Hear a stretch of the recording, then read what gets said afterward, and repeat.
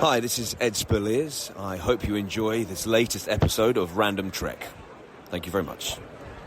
Yeah? Good morning, good afternoon, and welcome to another episode of Random Trek. I am your player in a management profession, Captain Christopher Ingle, joined as always by my first officer, a man who can really rock a French accent and an eye patch, Commander Brennan, the mystical monarch. Brennan, this was a fun one. It was very fun. I would actually, listen, I love Patrick Stewart. That was about as good as Patrick Stewart. Yeah.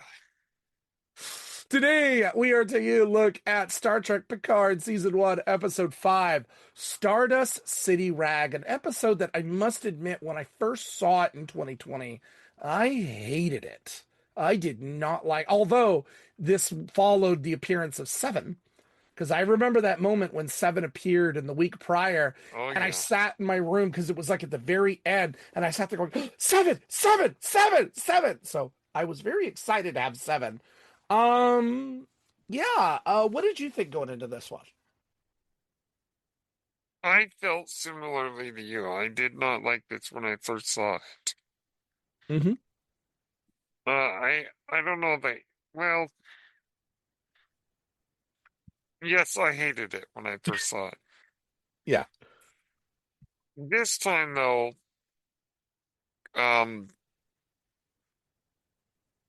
it is definitely a Picard Season 1 episode. Mm-hmm. Definitely. But I think there's some elements in here that we'll go over that really work to an underlying theme for Picard and his character. And I didn't see it the first time. But, if anyone, this is directed by Jonathan Frakes. If anyone knows, it's Frakes. So let's get into this. So we open up the cold open many years before where we are at in the episode. In fact, I think it's 2386 that we go back to. And so on Vergessen, the planet of Vergessen, we see a young Starfleet lieutenant being restrained on a table, bloodied, and his eye is being held open, and a woman drills into it. We quickly find out that this young lieutenant is the former Borg Icheb. I gotta say, right off the bat, Icheb was one of my favorite characters in Star Trek Voyager, in the same way that I loved Wesley Crusher. Just this young perspective, this young view, and hopeful of being able to be anything you want to be. I loved Icheb so much. Well, his Borg implants are being, while he's alive, being extracted for money. And Seven comes in and kind of kills everybody in the room, and she goes to Icheb and sees that he's in pain and has been tortured. She calls him her son and shoots him out of mercy. Yep. That's our cold open, ladies and gentlemen. Yeah, I remember when I first saw the episode. Mm-hmm. I think it was kind of a waste of a character that we really liked. Unfortunately. I agree and disagree. I agree. Well, yeah. Yeah, no, I agree because I loved Icheb. I want more. I wanted to know more. I thought Icheb had great potential, and he could be what at that point we thought Seven wasn't. He was young. He was a child. There was untapped potential there. While Seven grew up in the collective, she was raised in the collective. It was a lot harder journey for her. So for him, we see him as a Starfleet officer, a lieutenant, a full lieutenant. I love that. I always thought he had the potential. We saw in one of the alternate futures in season 7 of Voyager when Schism, I think it was, when the ship was splintered into like different time periods. Yeah. We saw his older version along with an older Naomi Wildman. I really always did think he could do that. And to see him bloodied and tortured, and that Seven just euthanized him. And she loved him. Star Trek Discovery Season 1. It was. So, like bloody and kind of gross. Kind of. so I was mad to see that, but at the same time, looking back at that now, that gives us a chance to see the humanity in Seven and how That's she has true. grown. That's She very has true. grown colder and warmer at the exact same time. Yeah, that's very true. Oh, so good. But I thought it was a little gross out for Star Trek. it is, but I get it. You know, we needed to be shocked. We need something shocking, yeah. Yeah. So Seven is with the Sirena and they're going to Free Cloud. Raffi learns that I can never pronounce her name. Bejazel. Bajazel. Thank you. Oh, I couldn't pronounce it. I kept I thought doing it her wrong. name was Witch Hazel. Oh. Anyway, she has Maddox captive and is going to sell him to the Romulans. Okay. Now, in order to free Maddox, they need to find Maddox. They stage kind of a prisoner exchange using Seven as the bait. And so what they do is they disguise Cristobal as, well, they call him a middleman. He's a pimp. You look at this Gosh. you look at this Oh my outfit, gosh. he's a pimp. However, while I thought it was goofy the first time, when he's on the planet, he lights that cigar and he's just walking the walk and talking the talk and having the swagger. I was kind of digging it. Yeah, it's true. It works. So It was I a love seeing. ridiculous hat. Oh, what else does this need? Oh, you need a feather in your hat. And there's a Oh feather. gosh. I love that. But Picard is playing. He's going to have Seven. He's going to be the seller or the buyer, whatever way you want to put it, because they need to outbid the Romulans and the Tal Shiar. So they get down there and they meet Bejazel's lizard man. I have no other way to put it. Giant Yep. lizard man. Giant lizard. Yeah. He can smell lies. He can smell fear. That was an interesting thing in here. And so they had to fool him. But Picard is disguised with a bad French accent and an eye patch. Oh, boy. I still didn't like that. I didn't like it 5 years ago. No, I didn't like it now. It doesn't work. It does not work. And everybody's got a cover. And our young Romulan is going to go down with them too. Elnor. Poor Elnor. He doesn't have a cover. And there's a funny moment where the jig is up. Seven pulls a phaser and the jig is up. We figure everything out. And he looks and he goes, are we still pretending? No, Elnor, we are not. Yeah, Elnor, the honest, pure in heart Elnor. I love it. Meanwhile, Dr. Girardi is really tormenting herself. She keeps watching like memories of her time with Maddox and how much they loved each other and watched him making cookies and how he will replicate the ingredients, but he won't replicate cookies. Nice. Yeah, that seems like something a scientist would do. Although, how do you replicate eggs? How do you replicate anything in Star Trek? No, it's a living dead, but it's a living tissue. How do you That's replicate true. eggs? This I is a don't know. question for another day, but I'm just curious about that. One of those unanswered questions of Star Trek. Well, the EM8 shows up and realizes that Girardi's kind of panicking and having an issue. She's the transport person. When the time is right, she's to transport them all back. So they end up getting Maddox and do the break, and they get Maddox back on the ship, but he's in bad shape. He's dehydrated. He's sick. They've treated him real bad. Yeah, Bajazel's a pretty evil person, I think. She is, but Seven, in the moment of the jailbreak, confesses that she's known Bajazel. She has been with Bajazel, and Bajazel is responsible for the death of Icheb, and she wants to kill Bajazel. So Picard convinces Seven, don't go for revenge. There's a better way. They're all being back to Sirena. But Seven's going to go off on her own, and she goes back to Free Cloud and kills Bjayzl and just about everybody in that She bar. vaporizes Bjayzl. Yeah. Meanwhile, in the sickbay, Maddox tells Picard that yes, there's twins, Soji and Dodge, and sent them to the artifact and Earth, respectively. He was trying to understand the motivations behind the synth band, but knew they needed to be split up.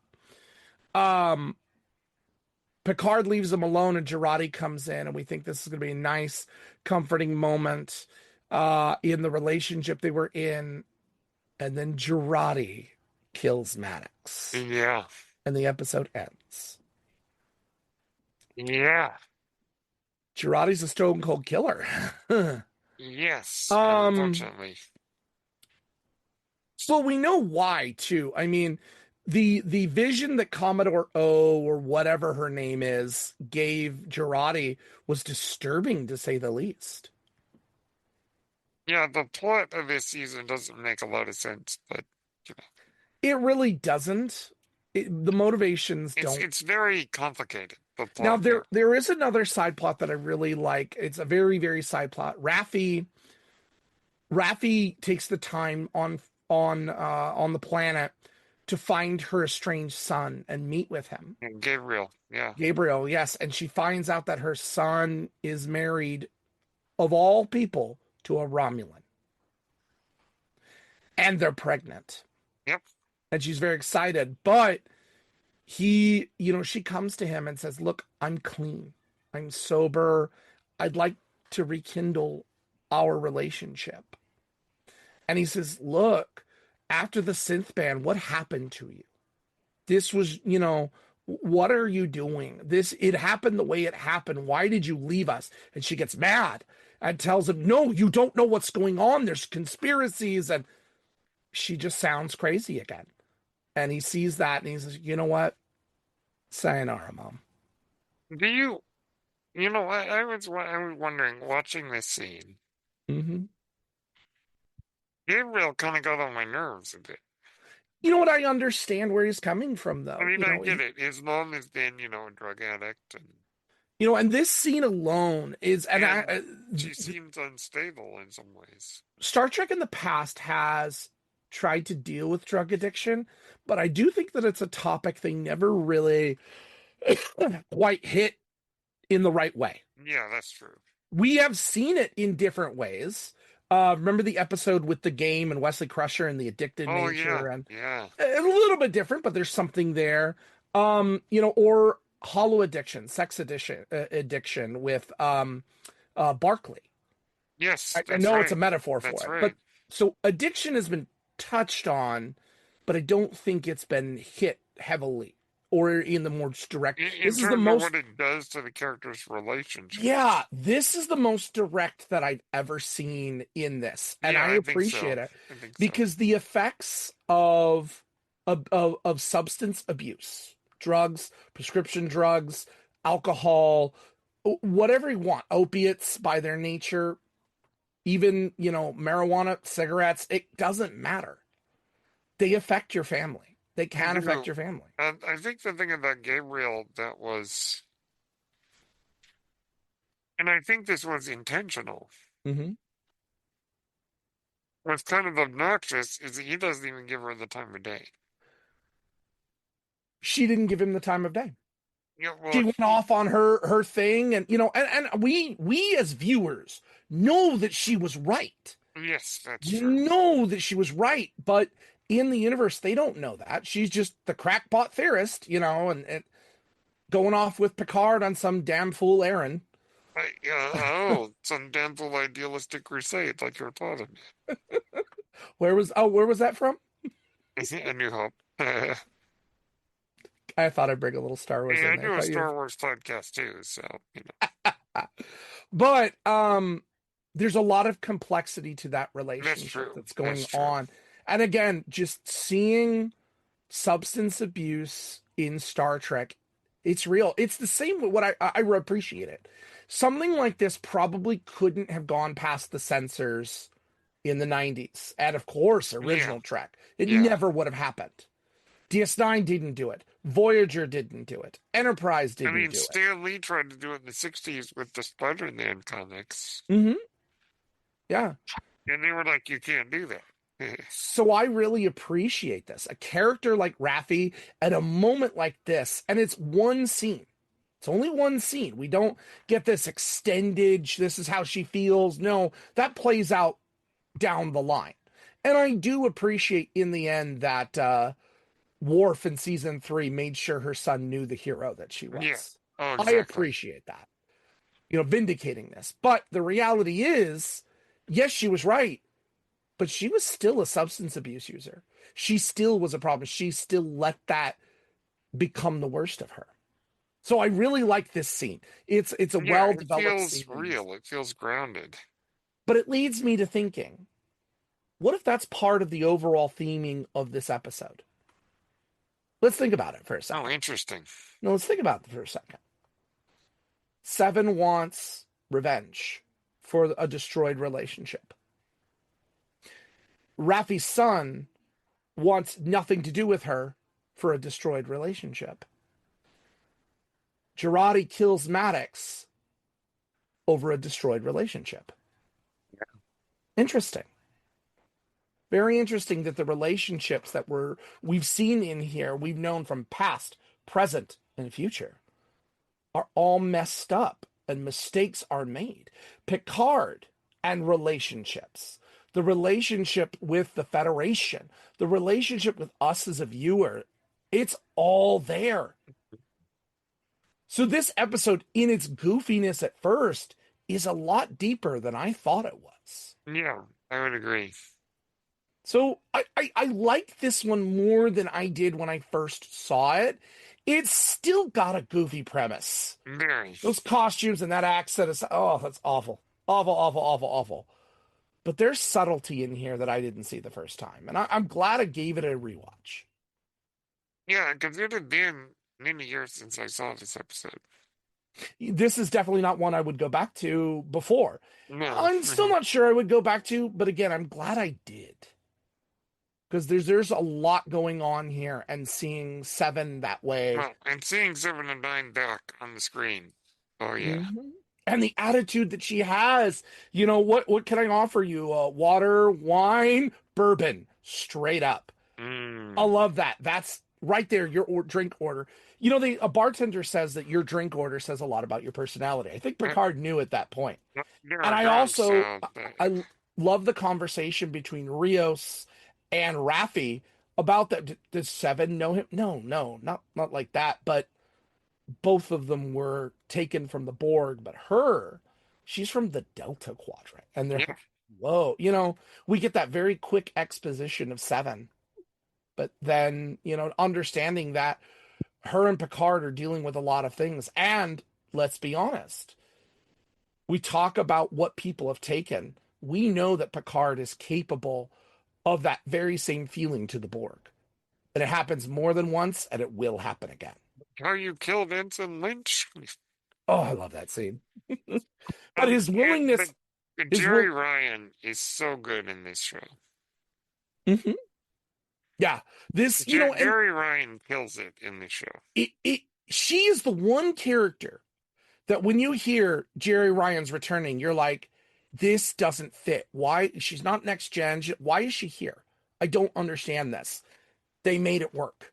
They got it in there in a way that I understand. And the journey of her character throughout the 3 seasons. We discover that, she likes girls.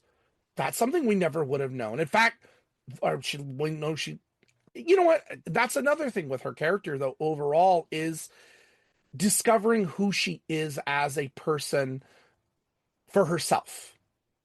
I remember I watched, I was a big fan of Glee, the show Glee. And there was a coach on the show, a woman, big, bulky woman. She was a football coach. She got married to this abuser. It was a horrible arc. She sang Jolene. It's a very beautiful version. But in the end, she divorces and leaves. She comes back and we find out that she's going to transition to be a man. And the kids ask her, Coach, is it just that you're not comfortable who you're with, and she says, it's not a matter of who I'm sleeping with. It's who I am when I go to sleep. Who I am Oh, inside. that's rather profound. Mm-hmm. And I feel that way with Seven too, in a way. Seven is one of Star Trek's first very ambiguous characters. And I often feel that her relationship with Chakotay, if you can call it that, was not just bad writing, Came but out of if nowhere. it did come out of nowhere, but I feel it was the convention that Seven felt she had to do to explore more humanity.